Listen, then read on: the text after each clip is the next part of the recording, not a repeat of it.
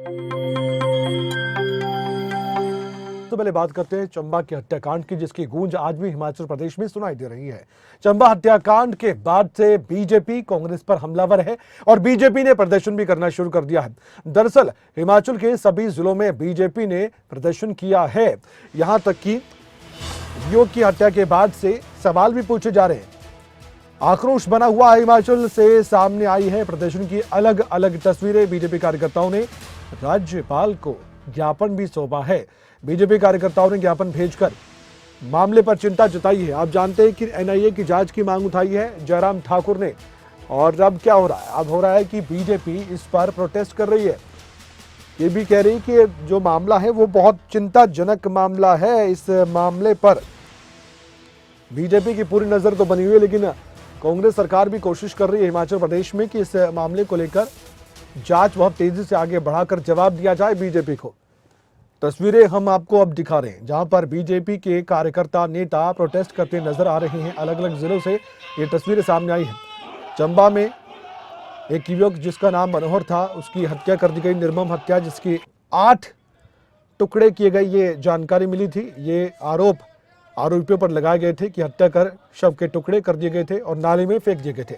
अब जो कनेक्शन सामने आया है जयराम ठाकुर के मुताबिक, वो एक आतंकी घटना से कनेक्शन आरोपी का सामने आया है। इसी मामले को लेकर एनआईए जांच की मांग उठाई गई है। तस्वीरों में देखा जा सकता है कि कैसे अलग अलग जगह पर चंबा, धर्मशाला और हमीरपुर में बीजेपी ने खुले तौर पर प्रदर्शन किया है।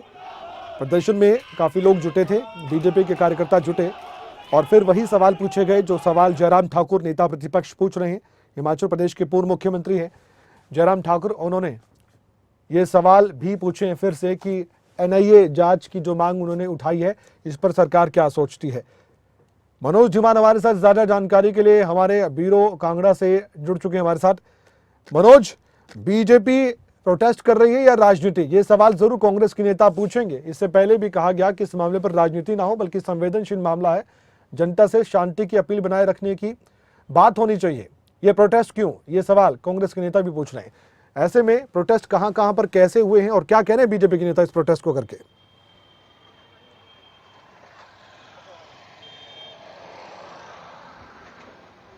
बिल्कुल कमल, देखिए इस वक्त हम चंबा के चौगान के साथ जो सर्किट हाउस है वहाँ खड़े हैं। यहीं से जो है भारतीय जनता पार्टी ने जो प्रदर्शन किया था, यहीं से शुरुआत उसकी की थी और जिला मुख्यालय तक ये प्रदर्शन गया था और जिला मुख्यालय में डीसी के माध्यम से राज्यपाल को ज्ञापन सौंपा गया है। इस ज्ञापन में उचित न्याय की मांग जो है वो मांगी गई है और ज्ञापन देने के बाद जो है जो भारतीय जनता पार्टी के नेता हैं वो बार बार यही कह रहे हैं कि जो हत्या हुई है उस हत्या के लिए न्याय जो है वो उचित न्याय उस परिवार को मिलना चाहिए। हालांकि एक निर्मम हत्या जो मनोहर की गई थी उसके बाद से ही जो है आंदोलन यहाँ उग्र हुआ था। आरोपियों को पुलिस ने हिरासत में भी ले लिया। उसके बाद जब 2 आरोपियों को छोड़ दिया था उसके बाद जो है उग्र आंदोलन हुआ। उग्र आंदोलन होने के बाद जो है आरोपियों के घर तक जला दिए गए। 144 धारा जो है वो सलूनी के उपमंडल में लगी हुई है, अभी तक उस धारा को नहीं हटाया गया है और पिछले कल जयराम ठाकुर को रोक दिया गया था। जयराम ठाकुर को भी वहां से अंदर नहीं जाने दिया गया, लेकिन अब जब अंदर नहीं जाने दिया तो उसके बाद जो है जयराम ठाकुर जो नेता विपक्ष है उन्होंने सीधे सीधे एक कॉल पर जो है पूरे 12 जिलों में, हिमाचल प्रदेश के पूरे 12 जिलों में प्रदर्शन का ऐलान कर दिया और आज सुबह 11:30 बजे प्रदर्शन प्रदेश के तमाम जिलों में किया गया है। चंबा में यह प्रदर्शन हुआ है, जिला कांगड़ा के धर्मशाला में प्रदर्शन हुआ, पालमपुर में यह प्रदर्शन हुआ। तो ऐसे में यह प्रदर्शन जो था ये एक तरफ से सरकार को घेरने के लिए प्रदर्शन किया गया है, जहां एक तरफ कहा जा रहा है कि सरकार जो है वो कोई उचित कार्रवाई की मांग नहीं कर रही। हालांकि कुछ देर पहले जो है मुख्यमंत्री ने कहा है कि जो एनआईए की मांग जो है वो जयराम ठाकुर कर रहे हैं उसके लिए भी प्रदेश सरकार राजी है, लेकिन उसके बावजूद जो है प्रदर्शन जो है वो पूरे प्रदेश में किए गए हैं। हालांकि कमल, बताना चाहूंगा कि चंबा में जो है वो एक निर्मम हत्या की गई थी। उस निर्मम हत्या के बाद से जो काफी तनावपूर्ण माहौल यहाँ का बना था और धारा 144 के तहत जो है उस स्थिति को काबू में लाया गया है। हालांकि आज जो है आज किसी भी गाड़ी की गतिविधि जो है वो किहार गांव की तरफ नहीं होने दी जा रही, किसी को भी अंदर जाने नहीं दिया जा रहा। ऐसे में जो परिवार था, परिवार ने भी एक मांग की थी कि उनके बेटे की मौत का न्याय जो है वो जरूर होना चाहिए। तो ऐसे में भारतीय जनता पार्टी द्वारा प्रदर्शन किया जा रहा है और विपक्ष अब अपनी पूर्ण भूमिका जो है वो निभाता हुआ नजर आ रहा है और सरकार को कहीं ना कहीं घेरने का प्रयास जो है वो भारतीय जनता पार्टी की तरफ से आज किया गया है। कमल, कौन कौन सी डिमांड्स हैं इनकी ये प्रोटेस्ट करके एनआईए के अलावा, एनआईए की जांच के अलावा? क्योंकि जो मनोहर हत्याकांड है इसमें मनोहर के परिजनों से भी मुलाकात करने की बात तो सामने आई, लेकिन जो हुआ वो हमने देखा। मिलने नहीं दिया गया था जयराम ठाकुर को, धारा 144 का हवाला दिया गया था। लेकिन अब और क्या मांग उठाई गई है बीजेपी नेताओं की ओर से कि क्या करे सरकार?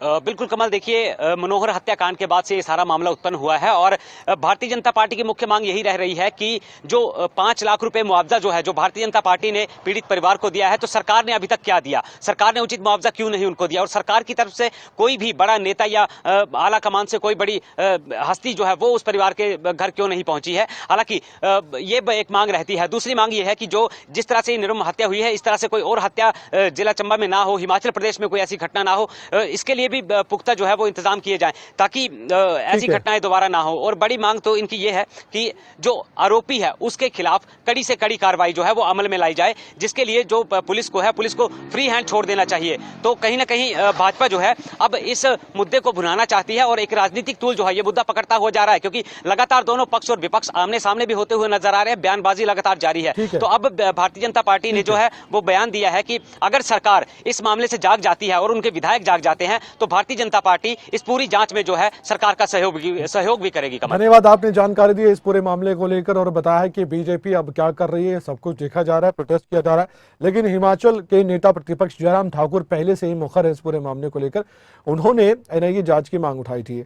बीजेपी का प्रदर्शन तो है ही, हमारे ब्यूरो के साथ हम जुड़ेंगे, लेकिन उससे पहले हम सुनवाना चाहते हैं कि हिमाचल के नेता प्रतिपक्ष जयराम ठाकुर ने क्या कहा है। दरअसल उनका बयान सामने आया, हिमाचल एक शांति प्रदेश है, चंबा जैसी घटना होना काफी निंदनीय है, ये घटना साधारण घटना नहीं है, ये उन्होंने कहा। जयराम ठाकुर ने एनआईए जांच की मांग उठाई थी, इस मामले को गंभीरता से लेना जरूरी है, और ये भी कहा था कि हम पीड़ित परिवार से मिलने जा रहे थे लेकिन मिलने नहीं दिया गया था, क्योंकि सुबह ही हमने बातचीत की उनसे, हमारे पॉलिटिकल एडिटर अनिल मोर उनसे बातचीत करने गए थे। उन्होंने इस पूरे मसले पर विस्तार से अपनी बात रखी है और आज आपने देखा बीजेपी प्रोटेस्ट भी कर रही है इसी मसले को लेकर। ये अलग अलग हमने तस्वीरें भी आपको दिखाई है। सुनवाते हैं जयराम ठाकुर ने एक बार फिर से इस पूरे मसले पर क्या कहा है।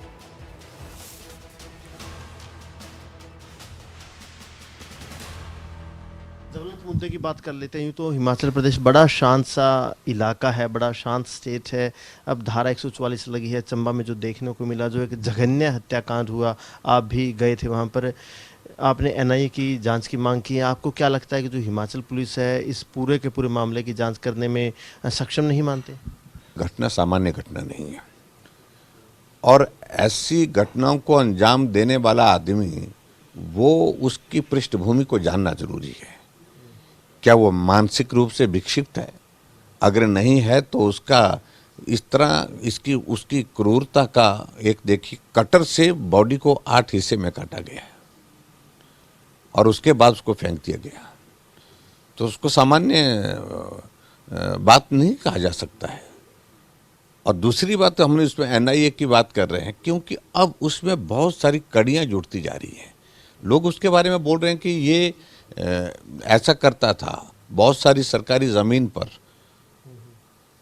उसका कब्जा है और ये भी जानकारी में आया है, वो इन्वेस्टिगेशन का विषय है, लेकिन एक साइजेबल अमाउंट उसके अकाउंट में है। जब नोटबंदी हुई थी तो बहुत सारा पैसा उसने जो है वो ट्रांजैक्शन के माध्यम से जो है वो उसको एक्सचेंज किया था।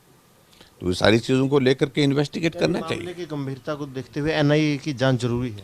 एनआईए की जांच इसलिए ज़रूरी है कि वो व्यक्ति जिन परिस्थितियों में रहता है, जिस तरह का उसका सारा अपनी कम्युनिटी में पर्टिकुलरली जो काम करने का तौर तरीका है, तो मालूम पड़ता है कि उसका संबंध कुछ ऐसे लोगों से भी है जो देश हित के नहीं हो सकते।